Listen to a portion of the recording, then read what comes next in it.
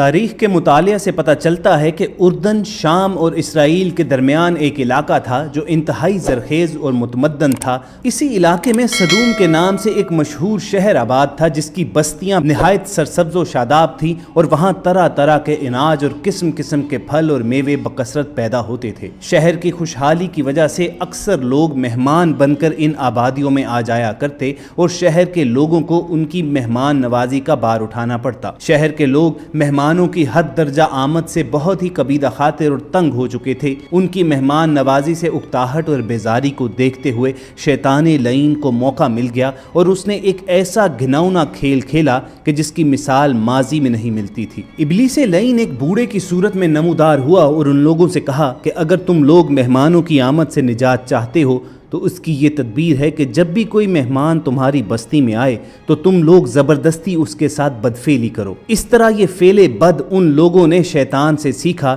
پھر رفتہ رفتہ اس برے کام کے یہ لوگ اس قدر عادی ہو گئے کہ عورتوں کو چھوڑ کر مردوں سے اپنی شہوت پوری کرنے لگے۔ اس کے علاوہ بھی یہ قوم حد درجہ اخلاق سے گرتی رہی۔ یہ مسافروں کو لوٹ لیتے، سرعام دھوکہ بازی کرتے اور یہ کام فخری انداز سے کرتے۔ سب سے گھٹیا فعل ہم جنس پرستی تھا جس میں یہ قوم مبتلا تھی اور کوئی بھی محفل اس کام کے بغیر ادھوری سمجھی جاتی۔ خاص کر مسافروں میں سے کوئی خوبصورت لڑکا آتا تو یہ لوگ اسے اپنا شکار بناتے۔ الغرض یہ قوم سرکشی میں حد سے گزر گئی۔ اللہ تعالیٰ نے حضرت لوط علیہ السلام کو شہر صدوم کی جانب پہلے سے روانہ کر رکھا تھا۔ آپ حضرت ابراہیم علیہ السلام کے بھتیجے تھے۔ آپ نے اپنی قوم کو جب شیطان کے چنگل میں دیکھا تو ان لوگوں کو اس فعل بد سے منع کرتے ہوئے فرمایا جس کا ذکر قرآن کریم میں بھی ہے کہ تم وہ بے حیائی کرتے ہو جو تم سے پہلے جہان میں کسی نے نہ کی۔ تم تو مردوں کے پاس شہوت سے جاتے ہو عورتوں کو چھوڑ کر، بلکہ تم حد سے گزر چکے ہو۔ حضرت لوط علیہ السلام کی یہ اصلاحی باتیں سن کر ان کی قوم نے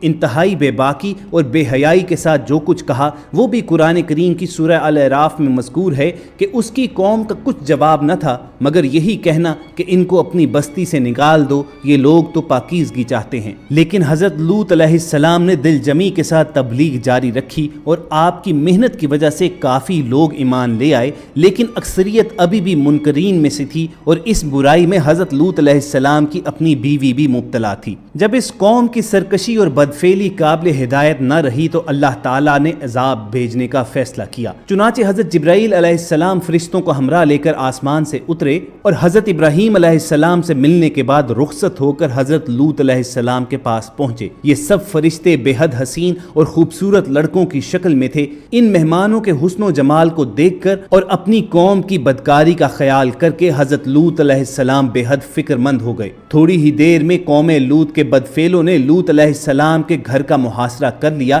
اور بدفعلی کے ارادے سے دیوار پر چڑھنے لگے۔ حضرت لوط علیہ السلام نے نہایت دلسوزی کے ساتھ ان لوگوں کو سمجھانا اور اس برے کام سے منع کرنا شروع کر دیا مگر یہ بدفعل اور سرکش قوم اپنے بیہودہ اقدام سے باز نہ آئی۔ حضرت لوط علیہ السلام نے اپنے مہمانوں پر دروازہ بند کر لیا مگر وہ آئے، انہوں نے دروازے کو توڑا اور اندر داخل ہو گئے۔ حضرت جبرائیل علیہ السلام نے اللہ کے حکم سے ان کی آنکھوں پر ضرب لگائی تو وہ لوگ اندھے ہو گئے۔ انہوں نے کہا کہ اے لوط تو ہمارے پاس جادوگر لے کر آیا ہے۔ چنانچہ انہوں نے آپ کو بڑی دھمکیاں دیں اور آپ علیہ السلام دل ہی دل میں فکر مند ہوئے کہ جب یہ فرشتے چلے جائیں گے تو میری امت مجھے اذیتیں دے گی۔ فرشتے اب تک یہ منظر خاموشی سے دیکھ رہے تھے۔ جب ان اوباشوں کی گستاخی اور حضرت لوط علیہ السلام کی پریشانی اور بے بسی کی انتہا ہو گئی تو جبرائیل علیہ السلام گویا ہوئے کہ آپ ڈریے نہیں، میں آپ کے رب کی طرف سے بھیجا ہوا ہوں۔ اے لوط گھبراؤ نہیں اور دروازہ کھول دو اور ان کو آگے آنے دو۔ اب ان ظالموں کی مہلت کی گھڑیاں ختم ہو گئی ہیں، صرف صبح ہونے کی دیر ہے اور صبح کے طلوع ہونے میں اب زیادہ وقت نہیں۔ خواتین و حضرات، اب سورہ ہود میں مذکور قرآن مجید کے الفاظ میں سنیے جس کا ترجمہ ہے کہ جب ہمارے بھیجے ہوئے فرشتے لوط کے پاس پہنچے تو وہ بہت غمگین اور تنگ دل ہوئے کیونکہ انہوں نے فرشتوں کو پہچانا نہ تھا۔ وہ سمجھے کہ وہ انسان ہیں اور اپنی قوم کی عادت بد سے واقف تھے۔ لوط کہنے لگے کہ آج کا دن بڑی مصیبت کا ہے اور ان مہمانوں کی خبر پاتے ہی ان کی قوم اپنی شہوت سے مجبور ہو کر ان کے گھر کی طرف بے اختیار دوڑی ہوئی آئی۔ وہ پہلے سے بدکاریوں کے خوگر تھے۔ لوط نے ان سے کہا اے میری قوم، یہ میری بیٹیاں موجود ہیں، یعنی تم ان سے نکاح کرو، یہ تمہارے لیے زیادہ پاکیزہ ہیں، اور اللہ سے ڈرو، اور میرے مہمانوں کے معاملے میں مجھے رسوا نہ کرو۔ کیا تم میں کوئی بھی بھلا آدمی نہیں ہے؟ وہ بولے، اے لوط، تم جانتے ہو کہ ہم کو تمہاری بیٹیوں سے کوئی غرض نہیں ہے، اور تم خوب جانتے ہو جو ہم چاہتے ہیں۔ اس موقع پر لوط علیہ السلام نے انتہائی گھبراہٹ اور پریشانی کے عالم میں کہا، کاش مجھ میں تم سے تنہا مقابلہ کرنے کی طاقت ہوتی، یا کوئی طاقتور اور مضبوط پناہ دینے والا ہوتا۔ تو فرشتوں نے اپنے آپ کو بے نقاب کر دیا اور کہنے لگے کہ اے لوط، گھبراؤ مت اور ہماری فکر نہ کرو، ہم تمہارے پروردگار کے بھیجے ہوئے فرشتے ہیں، اور یہ تم تک بھی نہ پہنچ پائیں گے،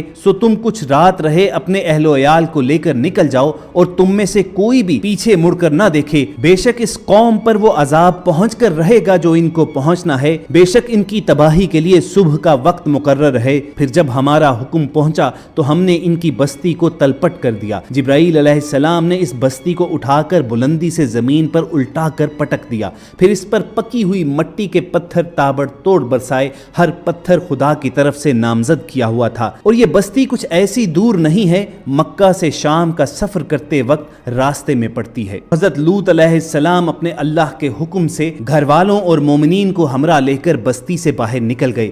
پھر حضرت جبرائیل علیہ السلام اس شہر کی 5 بستیوں کو اپنے پروں پر اٹھا کر آسمان کی طرف بلند ہوئے اور کچھ اوپر جا کر ان بستیوں کو الٹ دیا۔ یہ آبادیاں زمین پر گر کر چکنا چور ہو کر بکھر گئیں۔ پھر کنکر کے پتھروں کا ایک می برسا اور اس زور سے سنگ باری ہوئی کہ قوم لوط کے تمام لوگ مر گئے اور ان کی لاشیں بھی ٹکڑے ٹکڑے ہو کر بکھر گئیں۔ عین اس وقت جب کہ یہ شہر الٹ پلٹ رہا تھا، حضرت لوط علیہ السلام کی ایک بیوی جس کا نام وائلہ تھا، جو در حقیقت منافقہ تھی اور قوم کے بدکاروں سے محبت رکھتی تھی، اس نے پیچھے مڑ کر دیکھ لیا اور یہ کہا کہ ہائے میری قوم۔ یہ کہہ کر وہ کھڑی ہو گئی، پھر عذاب الہی کا ایک پتھر اس کے اوپر بھی گر پڑا اور وہ بھی وہیں ہلاک ہو گئی۔ چنانچہ قرآن مجید میں حق تعالیٰ سورۃ الاعراف میں ارشاد فرماتے ہیں کہ ہم نے اسے اور اس کے گھر والوں کو نجات دی، مگر اس کی عورت وہ رہ جانے والوں میں سے ہوئی، اور ہم نے اس پر بھی می برسایا، تو دیکھو اس کا کیسا انجام ہوا مجرموں کی طرح۔ جو پتھر اس قوم پر برسائے گئے وہ کنکروں کے ٹکڑے تھے، اور ہر پتھر پر اس شخص کا نام لکھا ہوا تھا جو اس پتھر سے ہلاک ہوا۔ مفسرین قرآن کہتے ہیں کہ اس عورت کی لاش آج بھی ان پتھروں میں اللہ تعالیٰ نے آنے والی امتوں کے لیے عبرت کے لیے محفوظ کر کے چھوڑ دی۔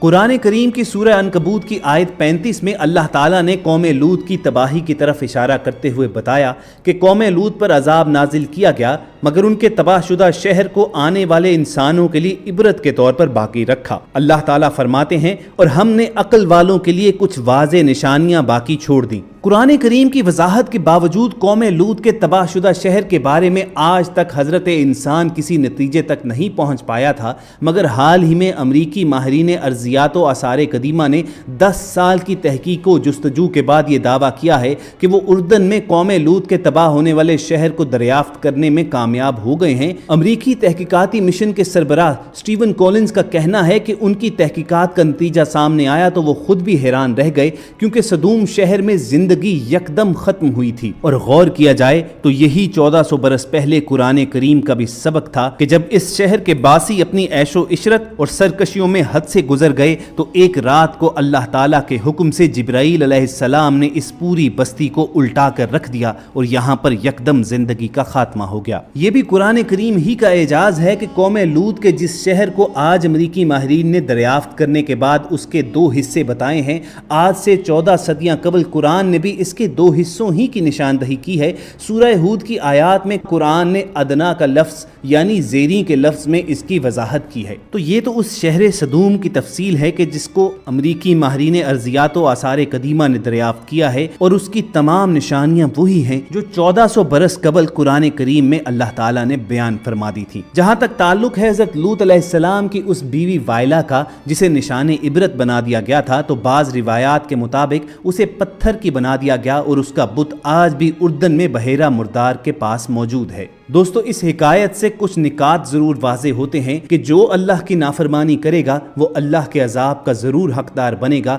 اور کسی ایک کی نیکی دوسرے کے کام نہیں آ سکتی، یہاں تک کہ انبیاء بھی اللہ کے فیصلے کے سامنے بے بس ہیں، وہ اللہ کے احکامات کو تسلیم کرتے ہیں، لہٰذا ہمیں بھی تسلیم کرنا چاہیے۔ اللہ تعالیٰ سے ہر دم دعا رہنی چاہیے کہ وہ ہمیں اپنی اصلاح فرمانے کی توفیق بخشے اور امت محمدی صلی اللہ علیہ وآلہ وسلم کو تمام اقسام کے افعال بد سے مامون و محفوظ رکھے۔ اور اگر آپ کو حکایت قوم لوط پسند آئی ہو تو اسے لائک کر کے فیس بک اور واٹس ایپ کے ذریعے زیادہ سے زیادہ لوگوں تک پہنچائیے۔ الوداع کہنے سے پہلے ایک یاد دہانی کروا دیں کہ آپ ریڈ بٹن پر کلک کر کے اور بیل آئیکن کو پریس کر کے ہم سب کے سبسکرائبر بننا مت بھولیے، تاکہ چینل پر اپلوڈ ہونے والی ہر ویڈیو آپ کو ہر وقت اور بر وقت ملتی رہے۔ اگلے ویڈیو سیشن تک ہمیں اجازت دیجیے، اپنا اور ارد گرد کے لوگوں کا خیال رکھیے اور ہم سب کے ساتھ جڑے رہیے۔